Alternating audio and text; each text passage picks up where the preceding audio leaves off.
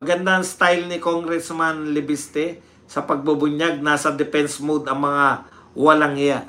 Kita mo, anong sinabi ni Libiste? Tama yan eh. Ano sabi ni Libiste? Kung hindi po importante yung mga hawak kong papeles, kung hindi po importante kung hindi po totoo, baka hindi ako pinapansin ngayon. Kaya nakatutok sa kanya dahil alam nila masasaktan sila sa ilalabas ni Libiste. Ako po, ano man ang ilabas ko, hindi kayo masasaktan. Makikiliti lang kayo. Kahit sabihin nyo na, saktan mo ko ba dong? Hindi ko kayo kayang saktan. Kaya ko lang makiliti. Ano man ang ilabas ko. Father Flavi! Kumusta naman ang magsaysay award natin dyan? 2.5 inches na, masasaktan pa kayo. Gen-Z Congressman Rock. Sabi ni Perle Losero. Please like, share, subscribe. Yan.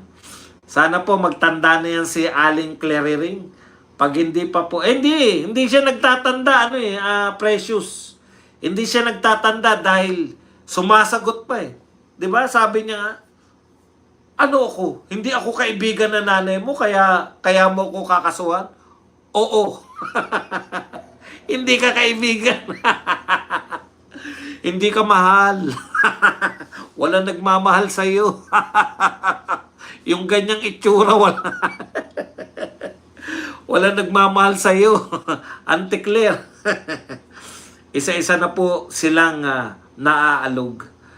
Boss, sasampahan din ng libel case ni Boying Rimulya si Auntie Claire dahil sa paninira at pagbibintang at panununog ng puri kahit sunog na siya. Di kita bate, kaya ikaw ang may civil suit, Auntie Claire. Diba?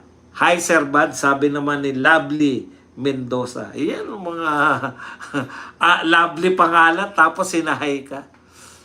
Ipabasbas kay Father Flavi si Auntie Claire.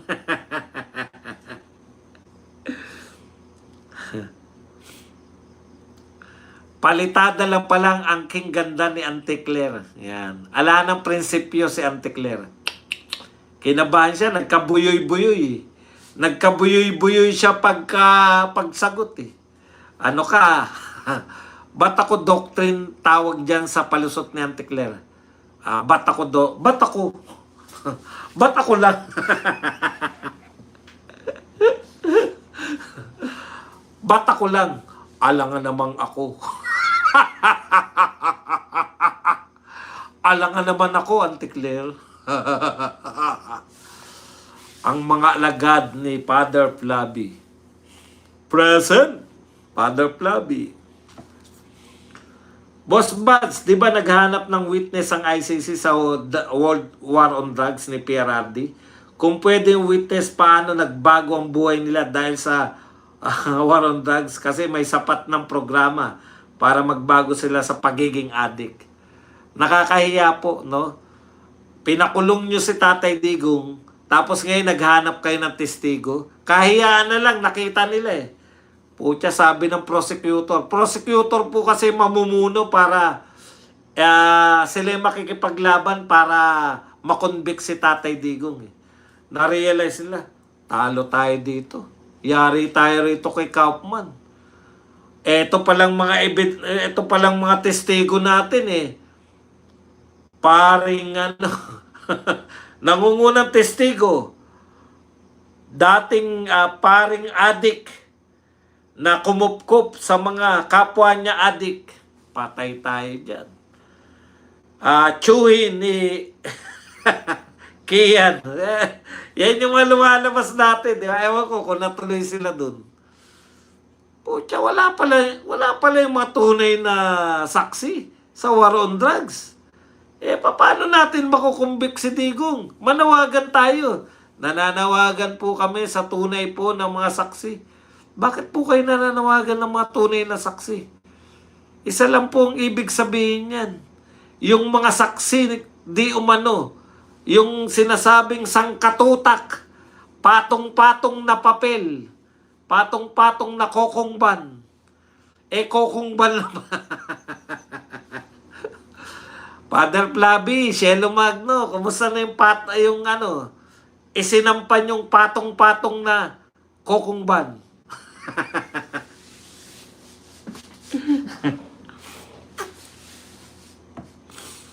Sayang yung kinita niya kay Admiral Lisa. Mauubos lang pala sa asunto ni Kong Libiste. Boss Buds, pwede si BBM ang ipadalang testigo, sabihin niya na hindi epektibong war on drugs. Kasi hanggang ngayon, addict na. Huwag kayong ganyan, mamaya magpa-drug test yan. Kayo rin. Kaya nga, boss, mas masarap yun sa 2.5 3 inches kaysa 7 inch kasi habang kinakain mo ang 3 inch, tumatawa isip mo kung lalaki pa ba to. Bakit sa tomboy nga? Sa tomboy nga, marami nasisiyan eh. Oh. Yung pa kaya 3 inches, pang ano na lang yun, pantodo na lang yun. Ha? Kaming mga 2 inches. 2 inches todo na. Ha? Syempre, sinisipagan na lang namin sa ibang bagay. Di ba? Magsisipag na lang kami. Boss Buds, kahit nga reporter ng mga media, parang wala na rin tiwala kay Chucky. Di ba? Kinukontra na nila madalas eh. Kasi talagang ganun eh. Pag ang naging ano mo sa buhay, yung naging tatak mo, tataka na kung ano-ano lang pinagsabi mo. Tapos lahat, papasa mo lang kay Duterte. Biruin mo, ang pinakadepensa niya, merong sa likod nito. Sa likod pinagsasabi mo. Nakaharap-harapan ka na. Harap-harapan na. Sa tingin nyo, meron daw sa likod pa si ano? Alam niyo po mga Duterte, iba po ang laban ng mga Duterte. Hindi na po yan yung uudyokan nila. Libiste, sige, inuudyokan ka namin. Tirahin mo yan si Anticlar. Iba po yung galawan ng mga likod-likod ka pa. Tinitira ka na ng harapan, huwag ka na maghanap ng patalikod na tirahan. Tinitira ka, Anticlar ng harapan. Father Flavi, iba na naman yung nasa isip mo.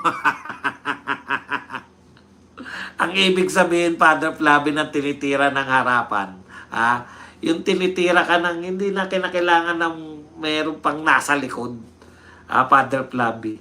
Ikaw talaga, Father Flavi, baka magkulong ka na naman, Baka meron pa kayong ikaw talaga, Father Flavi.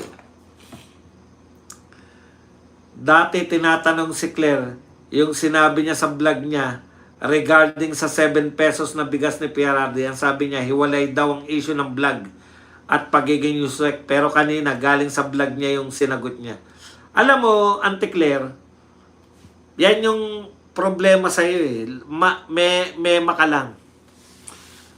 Ang point lang dito, hindi mo pwedeng ihiwalay yung pag nasa mataas ka pong katungkulan, hindi mo po pwedeng ihiwalay yung sarili mo sa pagiging vlogger. Halimbawa, yung pari po ba pag nawala na sa simbahan, halimbawa nag-alis ng abito ba tawag doon? Tapos pwede na ba siyang tumambay at makipag-inuman sa kanto? Wala naman siya sa simbahan. Pwede na ba siyang tumambay at makipag-inuman sa kanto? Pwede na rin ba siyang pumasok ng beer house? Pwede rin ba yung dala-dala mo yung pagkapari mo kahit saan? Pwede ka na rin ba mag-follow ng mga page? Can page? Hindi po pwede. Dala-dala mo yan kahit saan ka magpunta. Dala-dala mo yung pagkapari mo. Ganon din sa teacher. Ganon din sa mga government employee. Kaya po bawal po sa government employee yung pumasok ka sa casino. Pag nakunan ka ng picture na nasa casino ka, yari ka. Tanggal ka sa trabaho.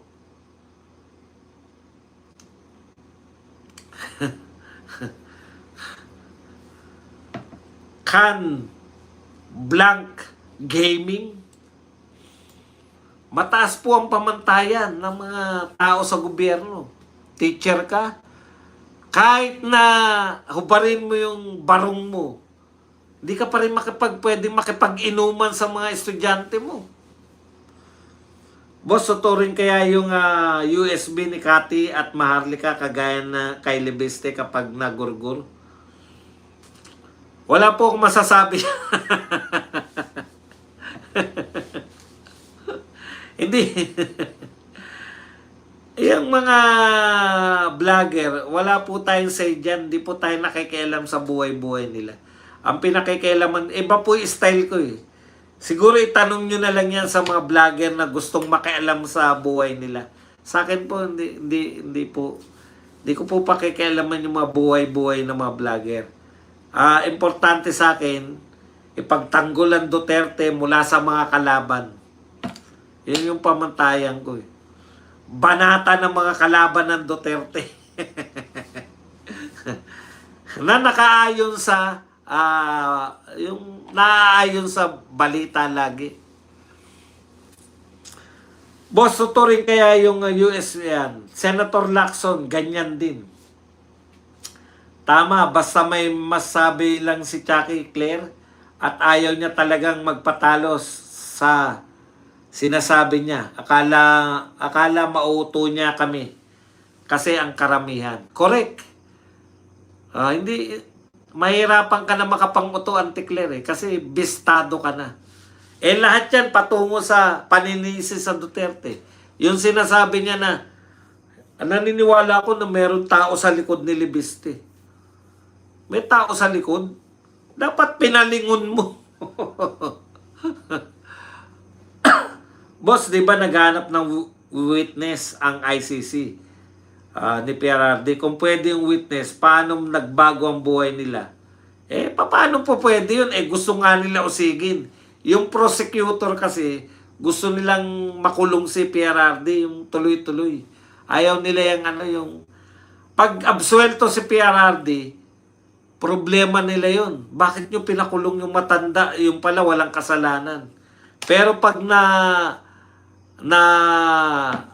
patunayan nila na si Pangulong Duterte ay nagkasala, malaking ano sa kanila, malaking anong tawag dyan? Panalo sa kanila. Panalo ka, ICC. O tama, basta may masabi lang talaga si Chucky. Sinasabi niya, mauto niya. Di na rin ako naniniwala kay Lacson. Baka magaya din siya kay Sundalong Kanin pag magtagal. Sir Bats, ito na ba ang bukang liwayway natin? Hindi po ako nagsasalita ng mga matalinhagang ganyan. Sabi ni Libiste, presscon, ayaw niyang pangalanan yung mainstream media na tumatanggap ng supot-supot na bayad galing sa MOA ng House at baka tanungin siya kung ano naman agenda niya. Pinky Web, ano na? Halata, no? Nahalata sila eh. Akala, sa totoo lang, pag may nilabag po, ikaw may binigyan ka ng prangkisa, lumabag ka. Kung ano yung nilabag mo, halimbawa, hindi ka nagbabayad ng tax. Yun, kakasuhan ka ng tax evasion. Yun sa kanya, pagbebenta ng kumpanya niya eh. Ang gagawin lang ng gobyerno, kumuha ka ng prangkisa tapos ibebenta mo, babawiin namin yung prangkisa. Yun lang kasi wala namang illegal sa pagbebenta ng kumpanya eh. Ulitin ko po, wala pong illegal sa pagbebenta ng kumpanya. Ang mali doon, yung binenta mo, halimbawa lang kung totoo yung sinasabi nila, ang mali doon, binenta mo yung kumpanya mo na binigyan ng prangkisa. So ang gagawin lang po, ang hawak lang po ng gobyerno doon, yung prangkisa lang.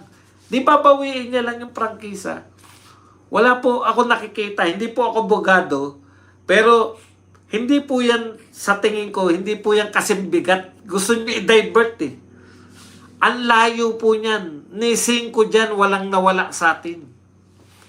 Ni 5 dyan, walang nawala. Ang mga press natin, tamad. ayaw nilang mag-imbestiga. Imbestigahan ninyo. Kanino binenta ni Libiste yung kumpanya niya na merong prangkisa? Tignan nyo kung nag-exist pa yun. Kung nag-exist pa yun, ipabawi ninyo yung prangkisa. Kung tingin nyo mali.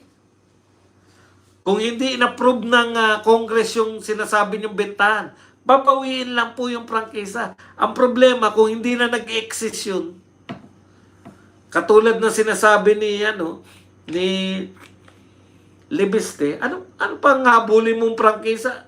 Talagang pwede mong bawiin.